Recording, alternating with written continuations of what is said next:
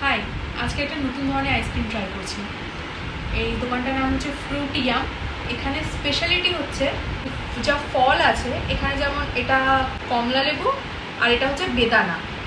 এই চোখলাগুলো রেখে ভেতরটা পুরো স্কুপ করে বের করে তার মধ্যে আইসক্রিম করায়, আইসক্রিম করে এগুলোকে বরফ করে, মানে জমায় আর কি।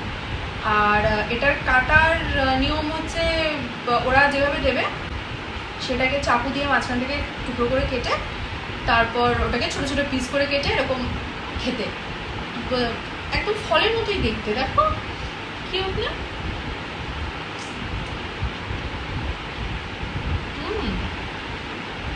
অন্যরকম খেতে। কমলা লেবুর একটু মিক্সচার আছে, একটু আইসক্রিমের টেস্ট আছে, ভালো খেতে। এই বেদানাটা একবার ট্রাই করি।